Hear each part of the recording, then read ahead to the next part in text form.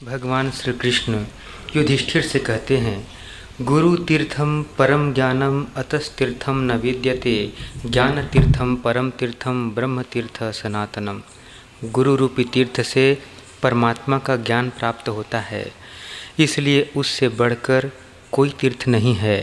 ज्ञान तीर्थ सर्वश्रेष्ठ तीर्थ है और ब्रह्म तीर्थ सनातन है। कोई मान करे या अपमान, पूजा करे या तिरस्कार, अथवा गाली दे या डांट बतावे, इन सभी परिस्थितियों में जो क्षमाशील बना रहता है वह तीर्थ कहलाता है।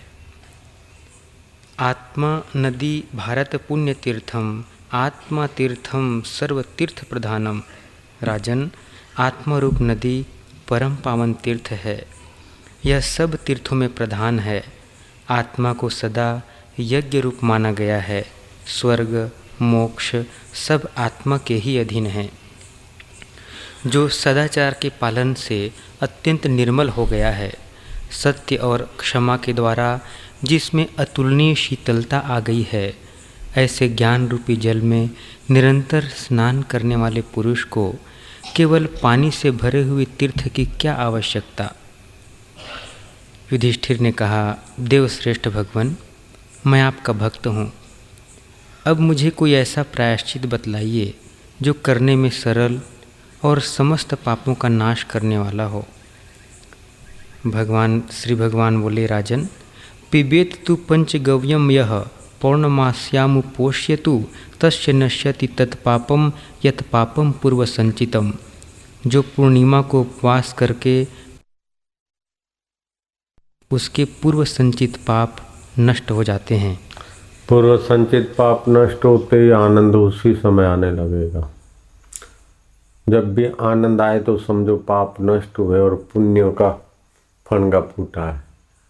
समझो हमने भगवान को देखा, मंदिर में गए, आनंद आया, अथवा संत को देखा, आनंद आया, अथवा संत ने हमको अंगूठा दिखा दिया तो बोले, लो इतने बड़े संत हो के अभी भी बचकानी नहीं गई। ऐसा तो कोई होता है? तो समझो पाप फोर्स कर रहा है। दुख हुआ किसी बात का तो पाप का ही फल है, दुखाकार वृत्ति पैदा कर देगा। अगर यूँ दिखा दिया कि देखो कैसे निर्दोष है बालक की, नहीं अभी भी देखो यूँ कर रहे हैं, हमारी खुशी प्रसन्नता देने के लिए देखो कैसा गए अंगूठा दिखा दिया, मेरे को ऐसा कर दिया। तो जहाँ सुखद वृत्ति पैदा हो वहाँ पुण्य वृत्ति, पुण्य का प्रभाव है, और जहाँ दुखद वृत्ति पैदा हो वहाँ पाप का प्रभाव है। तो कोई मर जाता है तो बोले, हाँ तो मोह तो पाप है ना, मोह सकल व्याधि न कर मूला। मोह के कारण रोते दुख होता है। नहीं तो ऐसे ऐसे लोग हुए हैं कि जिनके बच्चों की मृत्यु हो गई और बोले कीर्तन चालू रखो, उसका बाद में करेंगे। ऐसे भी है। बच्चे का एक्सीडेंट हो गया, बोले जिंदा है कि मर गया है? तो बोले आप कसेरा जी इतने बड़े सेठ अपने बेटे के लिए ऐसा कैसा बोलते? बोले एक्सीडेंट हुआ है, अगर जिंदा है तो उसको हॉस्पिटल में भर्ती कराने की व्यवस्था करो, अगर मर गया है तो उसके लिए शमशान की व्यवस्था करवा के आऊँ। जय दयाल कसेरा। नारायण नारायण नारायण नारायण। नजरें बदली तो नज़ारे बदले। 15वीं शताब्दी की एक घटना है। बंगाल में गौड़ राज्य के सुल्तान अलाउद्दीन शाह का वजीर बहुत ही वफादार था। वह सौंपा गया हर कार्य बड़ी तत्परता व लगन से करता था।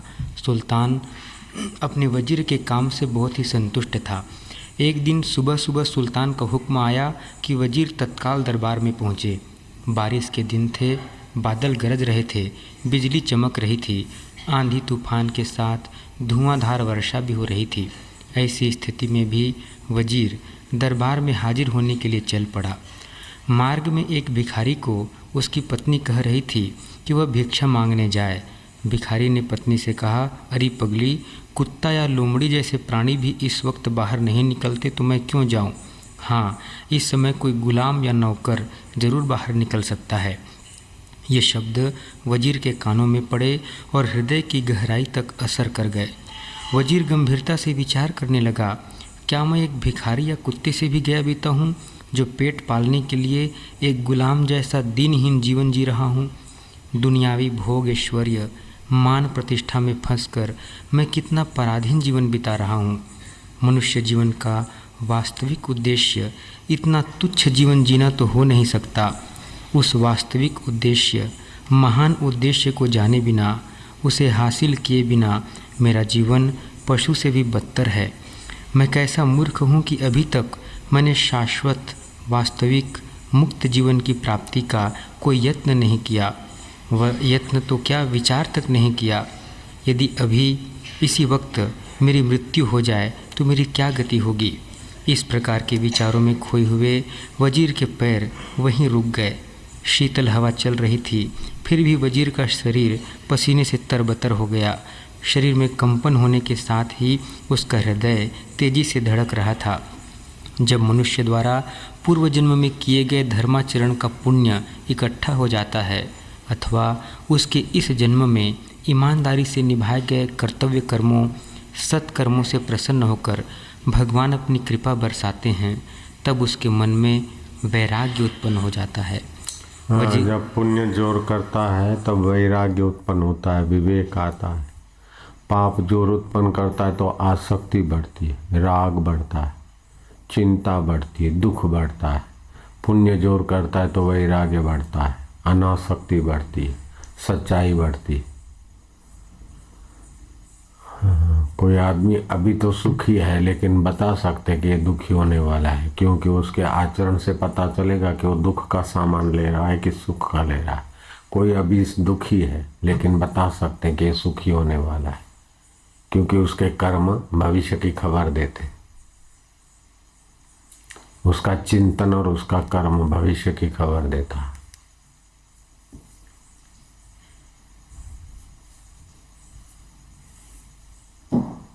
वजीर ने दृढ़ निश्चय किया, अब शेष जीवन में गुलाम या नौकर बनकर नहीं, अपितु भगवान का भक्त बनकर भगवत भक्ति तथा आत्मचिंतन में ही बिताऊंगा। वजीर ने तत्काल अपने पद से इस्तीफा दे दिया और ईश्वरोन्मुख जीवन जीने लगा। आगे चलकर उन्हें श्री चैतन्य महाप्रभु का शिष्यत्व प्राप्त हुआ और वे ही महान भगवत भक्त कवि पंडित रूप गोस्वामी के नाम से विख्यात हुए। वही मंत्री स्वामी रूप गोसाई बन गया। कहाँ तो गुलाम होकर जा रहा था, एक भिखारी की बातचीत हृदय में लग गई। अपने को तो संत की भी नहीं लगती, अपना हृदय कितना सत्संग प्रूफ है। આપણું હૃદય કેવું સત્સંગ પ્રૂફ છે। પેલો ભિખારીને કહે છે કે જાઓ ભીખ માગવા, તો કે અત્યારે આવી વરસાદમાં તો બકરું બહાર નથી નીકળતું, કૂતરું બહાર નથી નીકળતું, તો હું શેના હું શું કરવા ભીખ માગવા જાઉં, मैं क्यों भीख मांगने जाऊँ अभी। ऐसी बरसात में तो वो जाए जिसको विषय विलास बहुत कुछ चाहिए और कोई गुलाम हो, वही जाए। मैं गुलाम थोड़ी हूँ, मैं तो अपना भिक्षा मांगने का धंधा भी अपना ही करता हूँ, गुलाम थोड़ी हूँ। गुलाम जाए मालिक के बुलाने से। अच्छा, गुरु ने बुलाया तो शिष्य आता है तो गुलाम नहीं होता है। शिष्य जब आता है तो उसको श्रद्धा और तपस्या होती है। जैसे हमको कोई गुरु का संकेत होता था और हम कठिनाई में भी चल देते तो वो गुलामी नहीं होती थी, वो तो स्वयं स्वीकार किया हुआ सेवा का महत्व होता है। लेकिन दुनवी चीजें मिले और मेरा प्रमोशन हो, मेरे को नौकरी चली न जाए, तो इस भावना से जो काम करते हैं वो गुलाम है। जो संसार को पाने के लिए तत्पर हैं वो गुलाम हो जाते हैं। जो ईश्वर को पाने के लिए कुछ भी तत्पर करे वो उनको तो तपस्या हो जाती। तो भिखारन को सुनाता है भिखारी, और मंत्री ने सुन लिया और मंत्री के पैर डगमगाए और सोचा कि आयुष्य नष्ट हो रही है, कितना भी शरीर को खिलाओ पिलाओ घुमाओ वाह वाह कराओ, ये शरीर तो मर जाएगा, ईश्वर प्राप्ति क्यों न करें। तो वो ही फिर चैतन्य महाप्रभु का शिष्य बन गया, रूप गोसाई के नाम से बड़ा सज्जन पुरुष बन गया। कहाँ तो एक राजा का मंत्री था और कहाँ एक संत का सत शिष्य बन गया, रूप गोसाई चैतन्य महाप्रभु का। ભિખારણ અને ભિખારીની વાર્તાલાપથી અસર થઈને અહીં સત્સંગની असर ना था। एटलू બધું सत्संग प्रूफ हृदय है। मेरे को तो आज दोपहर को कहीं एकांत में जाने का तो पहले से ही था, कल रात को ही जाने का था, लेकिन फिर देर हो गई तो सोचा सुबह जाएंगे। तो सुबह जाने के विचार में चलो फिर ऐसे बैठ गए कि उठने की इच्छा नहीं हुई। तो अभी भी सोचा कि संध्या यहीं कर ले ध्यान में। फिर सोचा कि कोई दूर से आए होंगे और हम नहीं जाएंगे तो दूसरे दिन भी लोगों को लगेगा बापू है कि नहीं, चलो जाके आते। वशिष्ठ महाराज ने राम जी को सत्संग सुनाया तो राम जी जो प्रश्न कर सकते हैं वो साधारण आदमी तो नहीं कर सकता है, और उसका उत्तर जो वशिष्ठ जी दे सकते वो दूसरे की ताकत नहीं है। तो भगवान राम ने सवाल कर दिया कि प्रभु शरीर का खुराक तो अन्न है, अन्न फल जल आदि, और वो शरीर अपना नहीं है, वो तो मर जाएगा। तो अपना खुराक क्या है? बाप रे, कैसा सुंदर प्रश्न है। अपन तो आत्मा है, नित्य है, और शरीर अनात्मा है, जड़ है, अनित्य है, प्रकृति का है, और हम चैतन्य है, पुरुष के हैं, परमात्मा का सनातन अंश है। तो शरीर का खुराक तो अन्न जल फल आदि है, इसको तो दिन रात गद्दार को खिलाते हैं, और ये कितना भी खिलाओ पिलाओ फिर भी इतना बेवफा है कि कभी खांसी तो कभी बुखार तो कभी ये तो कभी गड़पण, तो इस आखिर मरो, शमशान में कूटी बाळो लो। પછી એમ ના કે કાંતિ જાય છે કે મરદું જાય છે, લે દિલીપ જાય છે કે નહીં, આ તો મરદું જાય છે, અને હાડકા ઓળખાય ને કે આ કાંતિના છે કે દિલીપના છે, અને ઘરે આવવા ના દે કે અપશુકન થાય। ઘર બાંધ્યું છે આપણે, કેટલાક કોષ का બાળા કરીને ઘર બાંધ્યું છે, ઘરમાં આપણા હાડકા ના મુકાય। લો हाँ 2-5 વર્ષ 10 વર્ષમાં આવું થઈ જવાનું। तो भी आ सत्संग प्रूफ हृदय थયું કે બાપુ આમ વાટ જુએ, કોઈ આવે તો હું આપી દઉં, પણ કોઈ મળતા જ નથી। कोई पात्र मिले तो मैं दे डालूं, मेरे पास तो बहुत खजाना है गुरु जी का। सबकी इच्छा तो है, लेकिन इच्छा गर्भवती रहती है, बिना गर्भ की इच्छा नहीं होती। तो इच्छा के गर्भ में पुत्र है, परिवार है, धन है, संसार है, कि इच्छा के गर्भ में भगवत प्राप्ति है। अगर इच्छा के गर्भ में भगवत प्राप्ति है तो उसको भगवत प्राप्ति की प्यास को बढ़ा दो, तो इच्छा का पेट फाड़ के भगवान प्रकट हो जाएंगे हृदय में।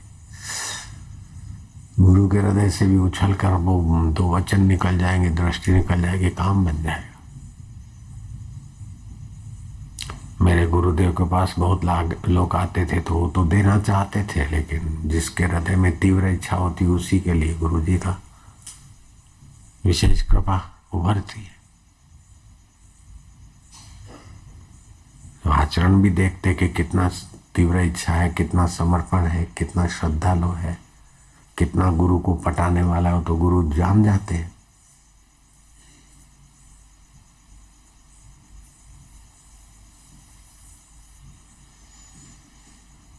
तो भगवान राम ने पूछा कि शरीर का खुराक तो हम जानते हैं, लेकिन हमारा अपने खुराक का, आत्मा का खुराक क्या है? तो बोले उस आत्मा का खुराक है ध्यान। ध्यान से वो पुष्ट होता है।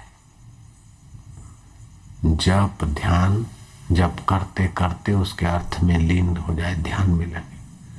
और ऋषि दयानंद कहते थे कि हर एक आर्य मनुष्य को, समझदार मनुष्य को 2 घंटा ध्यान रोज करना ही चाहिए। और जो घर बार छोड़कर साधक बन गए उनको 4 घंटे ध्यान करना चाहिए, तो ये आत्मा पुष्ट होगी, प्रकट होगा।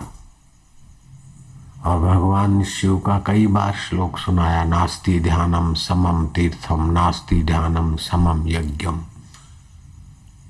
नास्ति ध्यानम समम दानम, तस्मात् ध्यानम समाचरेत।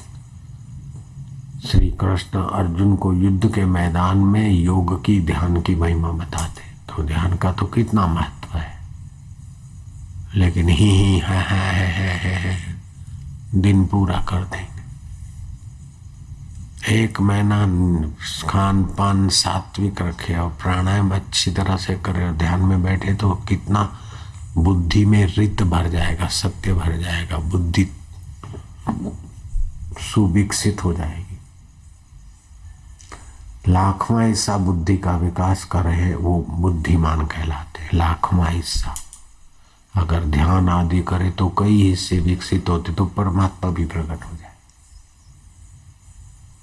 हे प्रभु, मैं प्रातःकाल 4 बजे उठकर आपका भजन करूं, सारा दिन आपका भजन करूं, भजन करते करते ही सोऊं, भजन करते करते ही उठूं, और जिनको भजन करने की गरज नहीं है, व्याकुलता नहीं है, वे छोड़ दे भजन और सोचें कि जब भगवान कराएंगे तब करेंगे। तो भगवान तो पता नहीं कब कराएंगे, उसका कोई हिसाब तो है नहीं, वे तो परम स्वतंत्र हैं। इसलिए दिल में व्याकुलता होनी चाहिए। वह समय कब होगा जब हमें भगवान के दर्शन मिलेंगे। दिल में व्याकुलता का होना आवश्यक है। अपने को इतना ढालो कि क्षण भर भी भगवान के बिना व्यतीत न हो।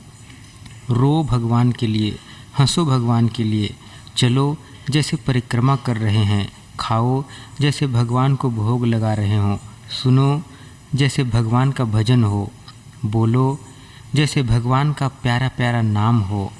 अपने जीवन की एक एक क्रिया को, एक एक क्षण को भगवान से भर दो, आपको परमानंद की प्राप्ति होगी।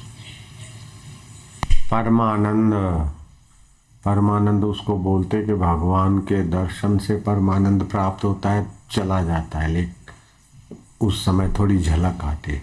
लेकिन आत्मा का अनुभव हो तो फिर जैसा भगवान परमानंद में रहते ऐसे अपन भी रहेंगे। परमानंद का मतलब हे नहीं होता है। परमानंद होता है, वो तो जानते जिनको साक्षात्कार होता है।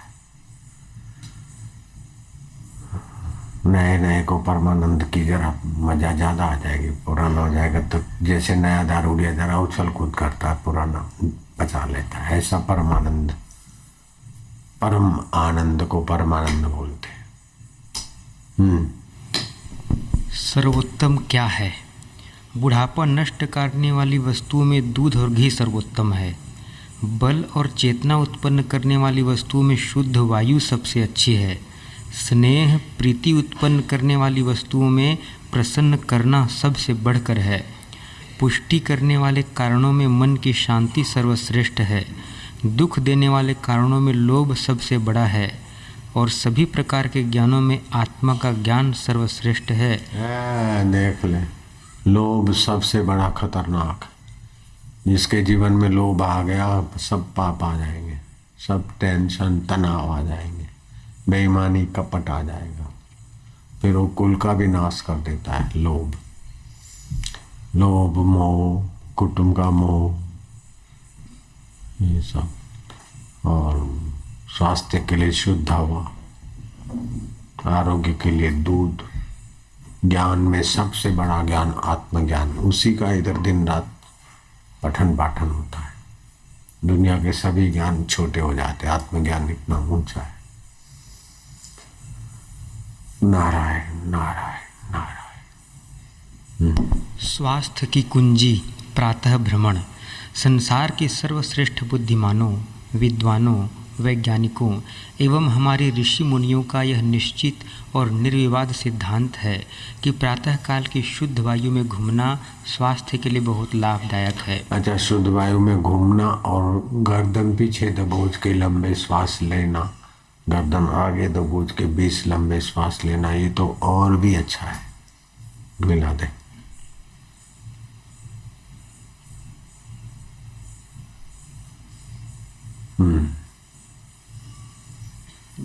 समय सपाटे के साथ तेजी से चलना चाहिए। प्रातः सैर करने से आयु, बल, बुद्धि बढ़ते हैं।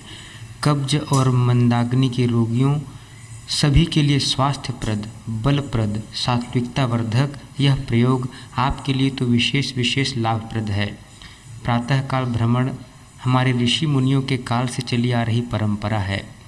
अपने पूज्य बापू जी भी नित्य प्रातः एवं सायं भ्रमण करते हैं। हम सभी को उनसे प्रेरणा लेकर इस निःशुल्क स्वास्थ्य की कुंजी का लाभ अवश्य उठाना चाहिए। शहरों में रहने वालों के लिए शुद्ध हवा प्राप्त करने का प्रातः भ्रमण ही तो एकमात्र साधन है। बाद में तो हवा में प्रदूषण बढ़ता जाता है। वैसे दिन के अन्य समय में किसी दिशा की हवा लाभदायक तो किसी दिशा की हवा हानिकारक मानी गई है, परंतु प्रातः ब्रह्म मुहूर्त में सभी दिशाओं की हवा निर्दोष एवं लाभप्रद ही होती है।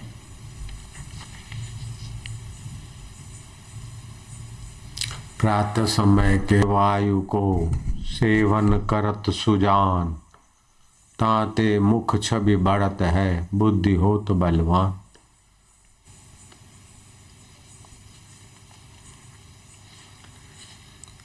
पंचदशी में एक दृष्टांत है। एक राजा गुरु के पास ज्ञान प्राप्त करने गया। गुरु जी ने पूछा, तुम्हारी आसक्ति कहाँ है? राजा बोला, रानी में है। गुरु जी ने कहा, तुम रानी का ध्यान करो। जब राजा रानी का ध्यान करने लगा तब गुरु जी ने पूछा, रानी क्या है? राजा ने रानी के रूप, श्रृंगार आदि का वर्णन किया। गुरु ने कहा, यह तो पंचभूत है, इसे छोड़ो। उसमें जो जीवन तत्व है वह रानी है। राजा बोला, हाँ, प्राण रानी है। गुरु जी ने कहा, प्राण तो वायु है, उसमें जो प्रेम है वह रानी है। राजा बोला, ठीक है, उसमें जो प्रेम भरा मन है वह रानी है। गुरु जी, यह ठीक नहीं है, उसमें जो ज्ञान है वह रानी है। राजा बोला, ठीक है। सुनो, ये ठीक नहीं, यहाँ तक पहुँच गए, अब आगे बढ़ो। यह ठीक नहीं, यहाँ तक तो समझ गए, अब थोड़ा और गहरे में जाओ।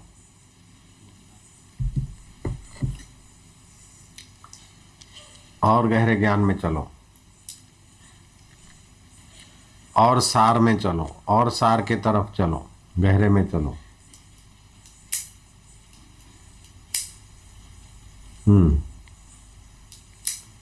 गुरु बोले, तुम अब भी नहीं समझे, उसमें जो आनंद है वह रानी है।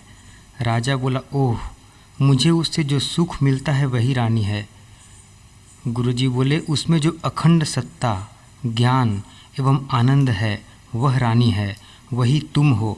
तुमने अपने विषय में अब तक विचार ही नहीं किया।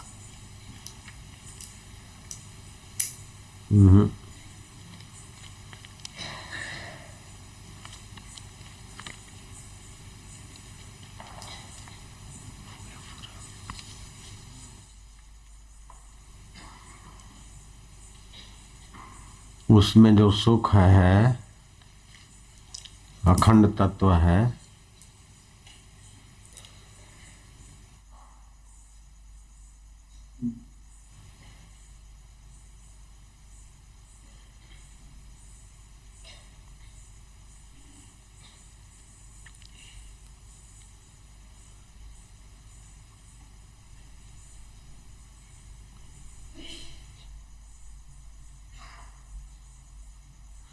नहीं, जो सुख है अखंड तत्व है, जो सुख है अखंड तत्व है, वो तुम्हारा आत्मा है।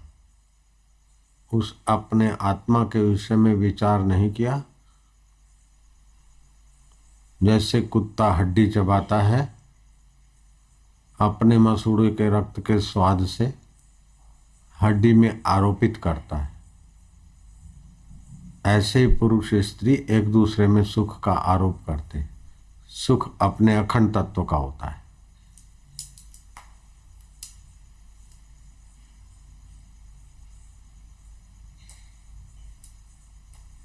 सुख अपने चैतन्य अखंड तत्व का होता है।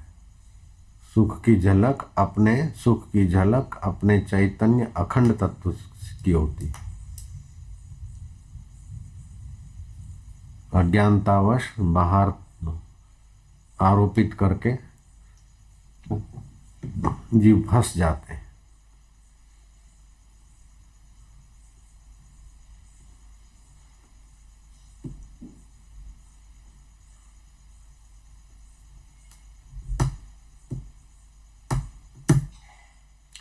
अब दिए में सुख नहीं है, पतंगिया आरोपित करता कि यहाँ सुख है, तो अपने आरोप से फिर सुख का थोड़ी मजा आती है और फिर बदले में जलता है, मरता है। ऐसे ही पुरुष आरोप करता है कि पत्नी में सुख है, पत्नी आरोप करती है पुरुष में सुख है, फिर मिलते जुलते और खाली होते और ठूस बन जाते हैं। और क्या होता है, धोखा ही धोखा खाते और क्या है।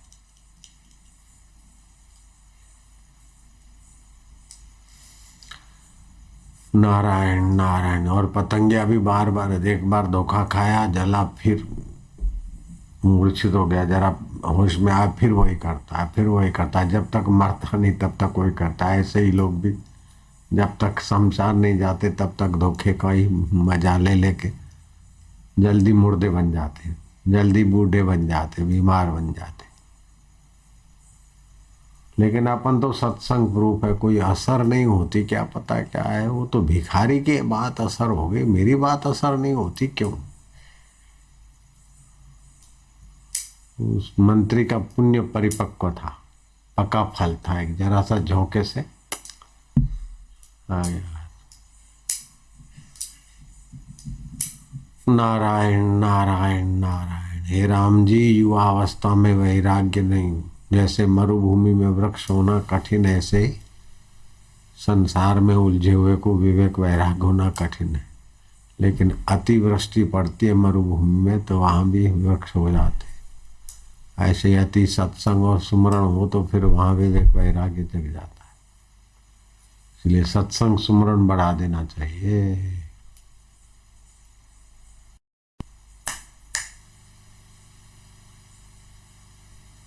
स्वातंत्र्य का मार्ग। इंद्रियों पर और मन पर विजय पाने की चेष्टा करो। अपनी कमजोरियों से सावधान रहो। धीरज के साथ परमात्मा पर भरोसा रखकर इंद्रियों को विषयों की ओर जाने से रोको। मन को प्रभु चिंतन या सत चिंतन के कार्य में रोककर उसे कुविषयों के चिंतन से हटाओ। जब आपके शरीर, मन और वाणी तीनों शुद्ध होकर शक्ति के भंडार बन जाएंगे, तभी आप वास्तव में स्वतंत्र होकर महाशक्ति की सच्ची उपासना कर सकोगे। याद रखो, जिस पवित्रात्मा पुरुष के शरीर, इंद्रियां और मन अपने वश में है और शुद्ध हो चुके हैं, वही स्वतंत्र है। हाँ, वही स्वतंत्र है, वही ज्ञानी है। कोई ऐसे बस पढ़ लिया थोड़ा और अपने को ज्ञानी मान लेते, ऐसा नहीं होता। हाँ, ठान ले कि ये नहीं खाना है तो नहीं खाना, ये नहीं करना है। मन जैसे स्टीयरिंग और ब्रेक पर कंट्रोल है, वही वास्तव में ड्राइवर है। ऐसे ही मन पे, बुद्धि पर अपना नियंत्रण है, तो वही वास्तव में स्वतंत्र है। गाड़ी पर नियंत्रण है, फिर वो गाड़ी कहीं भी ले जाए। ऐसे जिसने जीत लिया है मन बुद्धि, वो फिर कहीं भी संसार में, ये वो वशिष्ठ को 100 बेटे थे, फिर भी स्वतंत्र है। और कई कुंवारे हैं, वे भी परतंत्र हैं, देख देख के साले खाली होते, एक दूसरे को देख देख के झाड़ते जाते, तो परतंत्र है। विकारों में गिरना परतंत्रता है, विकारों का उपयोग करना स्वतंत्र है। जो किसी भी नियम के अधीन न रहकर शरीर का, इंद्रियों का और मन का गुलाम बना हुआ मनमानी करना चाहता है, कर सकता है या करता है, वह तो उच्छृंखल है। उच्छृंखलता से तीनों की शक्तियों का नाश होता है और वह फिर महाशक्ति की उपासना नहीं कर सकता। महाशक्ति की उपासना के बिना मनुष्य का जन्म एवं जीवन व्यर्थ है और पशु से भी गया बीता है। महाशक्ति वह आत्मा परमात्मा है। संयम करेगा तभी महाशक्ति की उपासना होगी, और उपासना करेगा तो महाशक्ति का विकास होगा।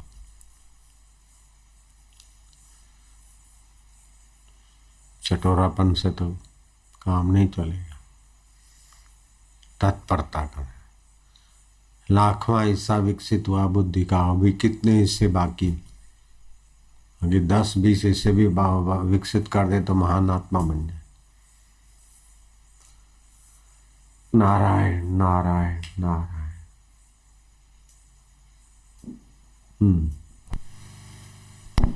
हे राम जी, आत्मदेव की पूजा सुनो। जब तुम आत्म पूजा में स्थित होगे तब और पूजा तुमको सूखे तृण की तरह तुच्छ प्रतीत होगी। दान भी आत्मदेव को ही करना है, सो बोध से करने योग्य है। वैराग्य, धैर्य और संतोष बोध का कारण है। यथा लाभ में संतुष्ट रहकर ब्रह्म विद्या का विचार करो और संतों का संग करो। इन साधनों से जब बोध रूपी सूर्य का उदय होगा तब द्वैत रूपी अंधकार का नाश हो जाएगा और ज्ञान रूप ही भासित होगा। फिर जो ज्ञान उपजा है वह भी शांत हो जाएगा। इससे उसी देव की पूजा करो जिससे आत्म पद को पाओ।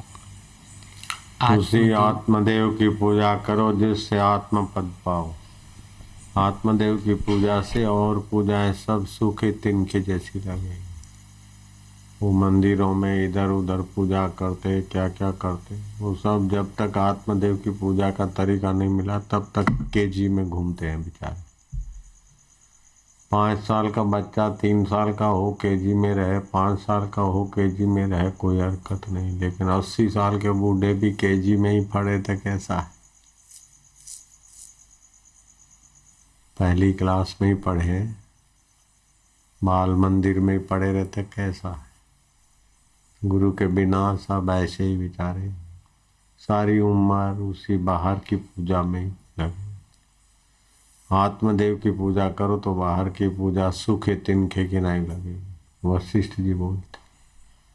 ये कर्मकांडी लोगों को समझ में नहीं आता। अतः गणपति पूजा करी से, अतः ये करी श्यामा, वो कर्ता बनते बनते बनते थक के मर जाते। कर्मकांडी ब्राह्मण लोग कर्ता बन बन के थक के मर जाते। अकर्तृत्वम अभोक्तृत्वम स्वात्मनम मन्यते यदा। अष्टावक्र कहते हैं अकर्ता अभोक्ता अपने आत्मा को जब मानेगा तो सारे कर्म बंधन छूट जाते। ओम ओम नारायण नारायण नारायण। ये आत्मदेव की पूजा अनुपम है, बहुत दिव्य है।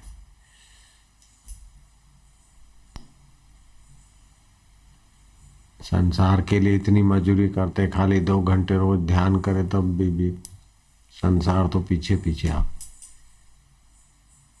ये आत्मदेव की ऐसी पूजा है दिव्य। ओम ओम ओम।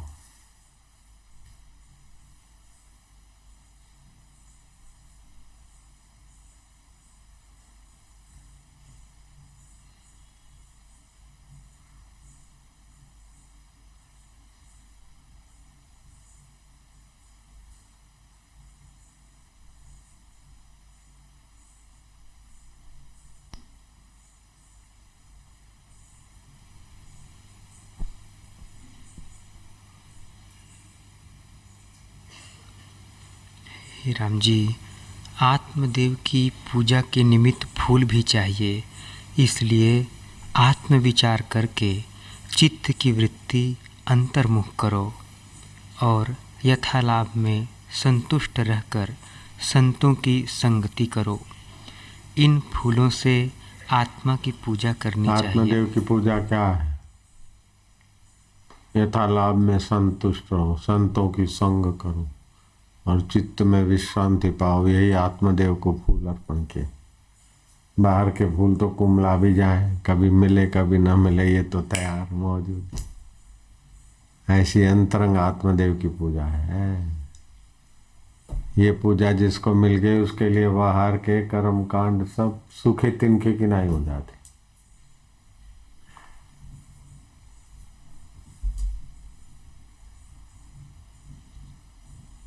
शुद्ध हृदय, विवेक विचार संतों का सुन, भगवान नाम सुन। ओम ओम नारायण नारायण।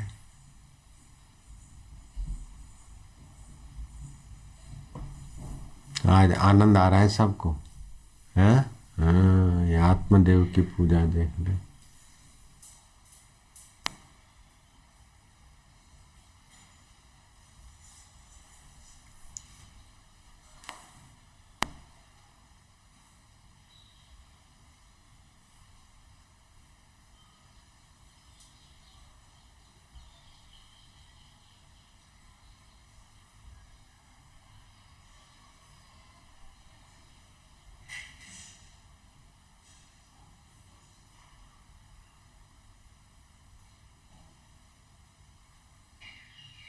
क्रिया की जाती है, कमाना खाना लेना देना कुछ पाने के लिए कर्म किए जाते हैं।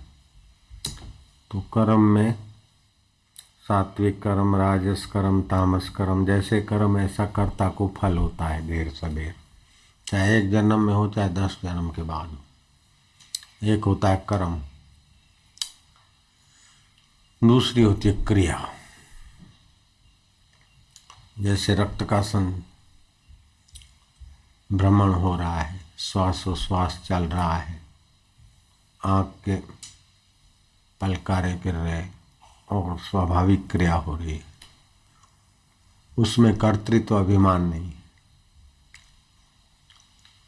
वो सहज में हो रही। तीसरी होती है लीला। लीला भगवान का जो भी अवतरण है और जो चेष्टा है, जो क्रिया कर्म है, वो सब लीला में गिना जाता है।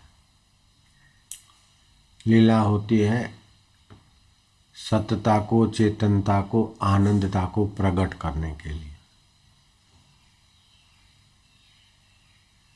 रामावतार, राम राज्य के बदले राम वनवास हो गए, हाय सीते, हाय लक्ष्मण, ये सब लीला है। उखली से बंध जाना लीला है, गाय चराना लीला है।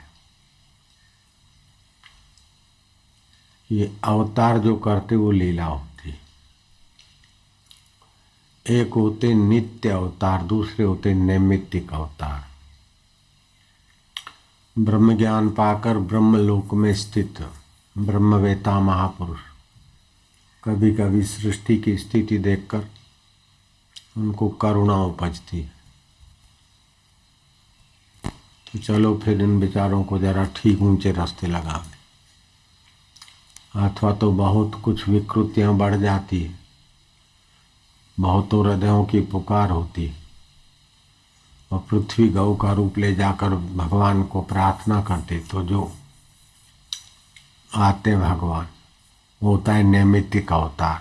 कंस का निमित्त लेकर कृष्ण आए, रावण का निमित्त लेकर राम आए, प्रहलाद का निमित्त लेकर नरसिंह आए, बलि का निमित्त लेकर वामन प्रगटे। वो नैमित्तिक अवतार होता है। तो जिस ब्रह्म परमात्मा में भगवान अकर्ता अभोक्ता है, उसी ब्रह्म परमात्मा में ज्ञानी महापुरुष भी होते हैं। वो ज्ञानी भी दो प्रकार के होते हैं, एक तो जीवन मुक्त होकर ब्रह्म में विलय हो, दूसरे ब्रह्म चिंतन करते करते ब्रह्मलोक तक की यात्रा में, फिर ब्रह्मा जी जब मुक्त होंगे तब। तो वो ब्रह्मलोक निवासी जो ब्रह्मवेता महापुरुष है, वो दया करके जब आते हैं तो वो होता है कारक पुरुष अवतार।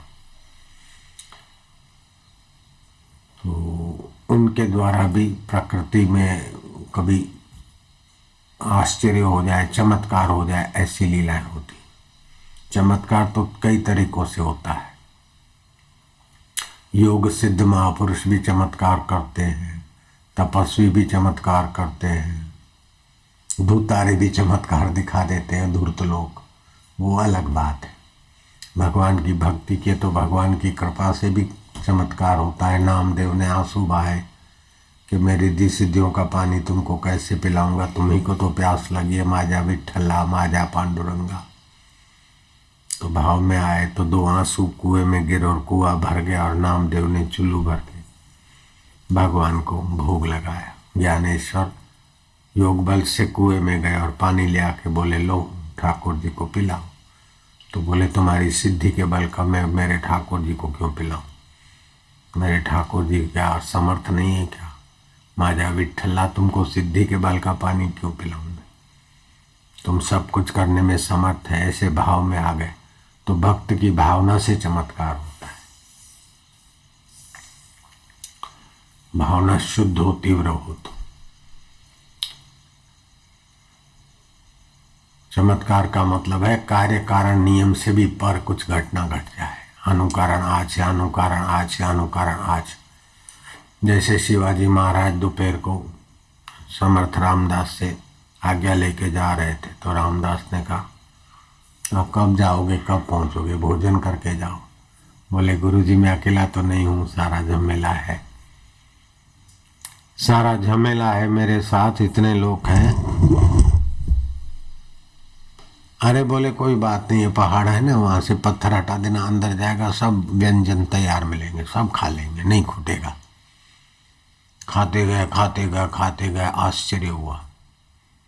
तो अब कार्य कारण का नियम कौन कौन लाया रसोईया और कौन किसने पकाया, किसने गर्मा गर्म रखा।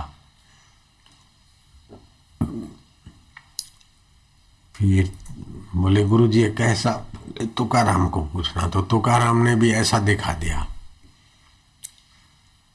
भरद्वाज के आश्रम में भरत जी को भी ऐसा मिला, राम जी को वापस लौटाने जा रहे थे तो राजा अकबर के दरबार में तानसेन था और तानसेन के संपर्क में अकबर ने ये बात सुनी कि हमारे गुरु जी हैं हरिदास महाराज।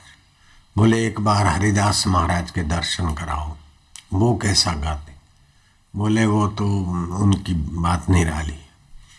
तो हरिदास महाराज के दर्शन किए और हरिदास महाराज का भजन सुनकर अकबर धन्य धन्य हो गया। हरिदास महाराज के गुरु थे सच्चिदानंद महाराज। वो कहीं जंगल में गए थे तो दूसरा भी एक साथी था विद्वान पढ़ाने वाला, उलझ गए, भूखे प्यासे मंदिर में पड़े रहे। तो एकाएक देखा कि एक दोने में 5 पेड़े, तानसेन के दादा गुरु। अब देखा 2 आदमी 5 पेड़ों से क्या होगा। तो मंदिर के ऊपर से आवाज आई, खा लो, चिंता मत करो, नहीं छूटेगा।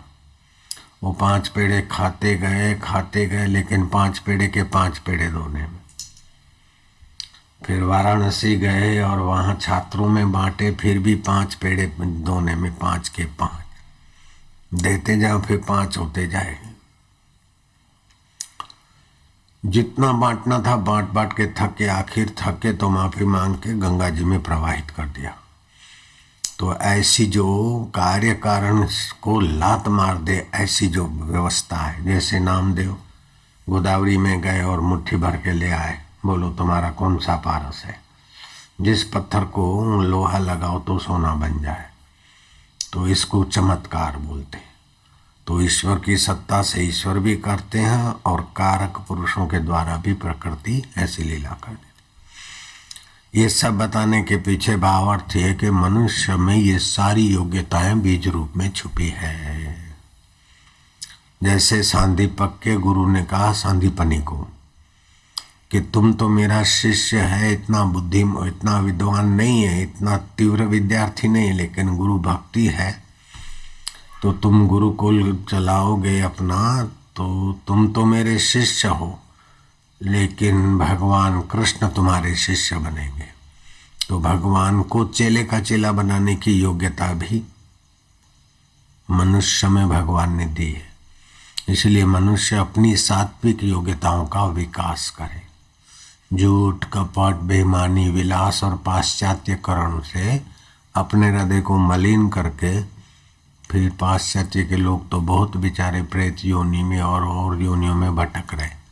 तो अपने को विदेशीकरण के प्रभाव से बचाकर अपना आध्यात्मिक जन्म सिद्ध अधिकार जो भारत में जन्मे हैं, खून में संस्कार है, राम नाम के, भगवान नाम के आदि के, उसका फायदा उठाकर धीरे धीरे अपनी शाश्वत प्रगति करनी चाहिए। धन, दौलत और कुर्सी से शाश्वत संबंध का, प्रगति का कोई संबंध नहीं है।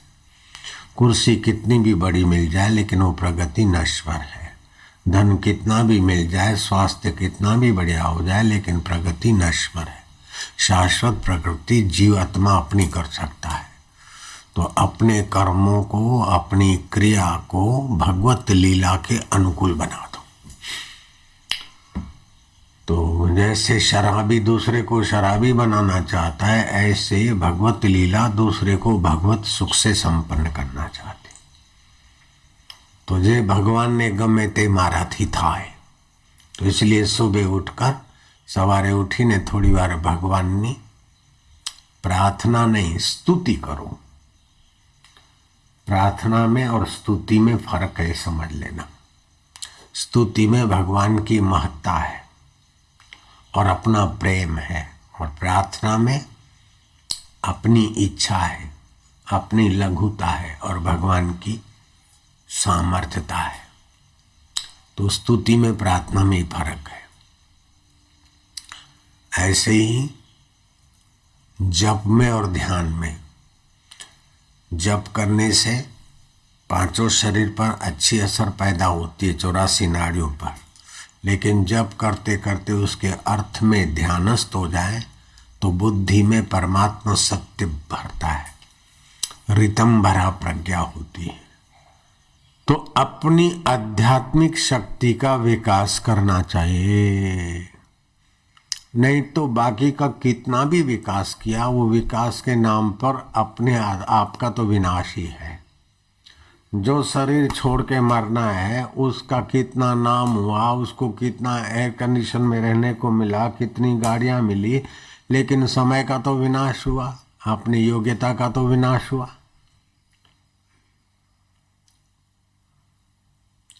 तो राजे महाराजे राजपाट करके मन चाहे भोग भोग के जब विवेक जगता था तो सोचते थे कि ततः कि आखिर क्या छेवटे शु। जिस शरीर को ऐश आराम कराया, जय जयकार किया, वो तो जला देंगे।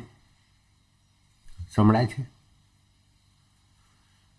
तो जो जल जाएगा उसके पीछे मैं इतने कर्म करूं और कर्म के बंधन में पड़ूं। राजा नृग क्रिकेट हो गए, राजा अजगर हो गए। इब्राहिम लिंकन अमेरिका के प्रेसिडेंट, वहां की मीडिया के आधार पर आपको पता होगा कि प्रेत होके व्हाइट हाउस में कभी कभी दिखाई देते। तो क्या हुआ, सेठ बनकर, नेता बनकर, बड़ा आदमी बनकर भी अगर आध्यात्मिक उन्नति नहीं किया तो अपना विनाश ही तो हुआ। और क्या हुआ? तो भगवान कहते हैं आत्मैव आत्मनो बंधु। मनुष्य अपने आप का बंधु है। आत्मै रिपुरात्मना, अपने आप का शत्रु भी है। अगर अपने को खुराक खिलाता है तो अपना बंधु है, और अपने को खुराक नहीं खिलाता है तो अपने आप का शत्रु है। तो यह सवाल भगवान राम जी जैसे महाप्रज्ञा के धनी पूछ सकते, दूसरे की तो बुद्धि नहीं। रामचंद्र जी ने पूछा वशिष्ठ जी को कि गुरुवर, मुनि शार्दुल, शरीर का आहार तो हम जानते हैं, करते कराते हैं शरीर को आहार, लेकिन ये शरीर का आहार ये अपना आहार नहीं है। शरीर का तो अन्न, फल, दूध, मक्खन आदि जो भी शरीर के भोजन को तो हम जानते हैं। जो हम नहीं थे पहले और बाद में नहीं रहेंगे, इसका तो आहार जानते, इसको तो कराते हैं। लेकिन हमारा खुराक क्या है गुरुदेव? कितनी ऊंची बुद्धि है, ऊंचा प्रश्न है। जो आप छोड़ जाएंगे वो आप नहीं है, ये पक्का कर लो, इससे बहुत लाभ होगा। जिसको छोड़ जाओगे ना, ये पूनम मोहन ये वो जो भी नाम रखे सर, इसको आप छोड़ देंगे तो जो छोड़ देने वाला शरीर है उसको तो आहार कराते, उसका तो घर बनाते, कपड़े पहनाते, उसको तो सुबह से शाम तक उसकी मजूरी में लगे हैं, जिसको जला देना है, दफना देना है। लेकिन हमारे स्व का खुराक क्या है? हम स्व क्या है? बोले स्व हो आत्मा। जैसे मैं दुखी हूं, मैं सुखी हूं, मैं बच्चा हूं, मैं किशोर हूं, मैं कुमार हूं, मैं जुआन हूं, मैं बूढ़ा हूं, तो हूं तो वही का वही, और बाकी की अवस्था बदल गई। तो जो हूं जिस सत्ता से होता है वो आत्मा है। तुम अपने चैतन्य आत्मा है, जिसकी सत्ता से हाथ उठता है, हाथ जड़ है, चैतन्य तुम हो। मन के विचारों को जानने वाले तुम हो। तो उस आत्मदेव की उपासना करो, उस आत्मदेव की पूजा से और पूजाएं और उपासनाएं और उपलब्धि सूखे तिनके जैसी तुमको लगेगी। उस आत्मदेव का जो रस आएगा, जो वैभव आएगा, जो सामर्थ्य आएगा, वो तुम्हारे इस दुनिया के वैभव, सामर्थ्य और रस उसके आगे सूखे तिनके जैसे लगे। कहाँ नाली का पानी और कहाँ गंगा जल। इस प्रकार उस आत्मदेव की उपासना करो, आत्मदेव की पूजा करो। उस पूजा के लिए फल भी चाहिए, फूल भी चाहिए, धूप भी चाहिए, दीप भी चाहिए। तो राग और द्वेष में अपने को न खपाकर, राग प्रेरित कर्म, द्वेष प्रेरित कर्म नहीं, समता से जो कर्म करते हैं वह उस देव की पूजा है। और वो देव ध्यान से प्रसन्न होता है। भगवान नाम जप करते उसके अर्थ में फिर ध्यान में उस देव की उपासना होती। उस देव का भोजन है ध्यान। भगवान शिव ने कहा है, पार्वती नास्ति ध्यानम समम तीर्थम। ध्यान के समान कोई तीर्थ नहीं। नास्ति ध्यानम समम यज्ञम, नास्ति ध्यानम समम दानम, तस्मात् ध्यानम समाचरेत्।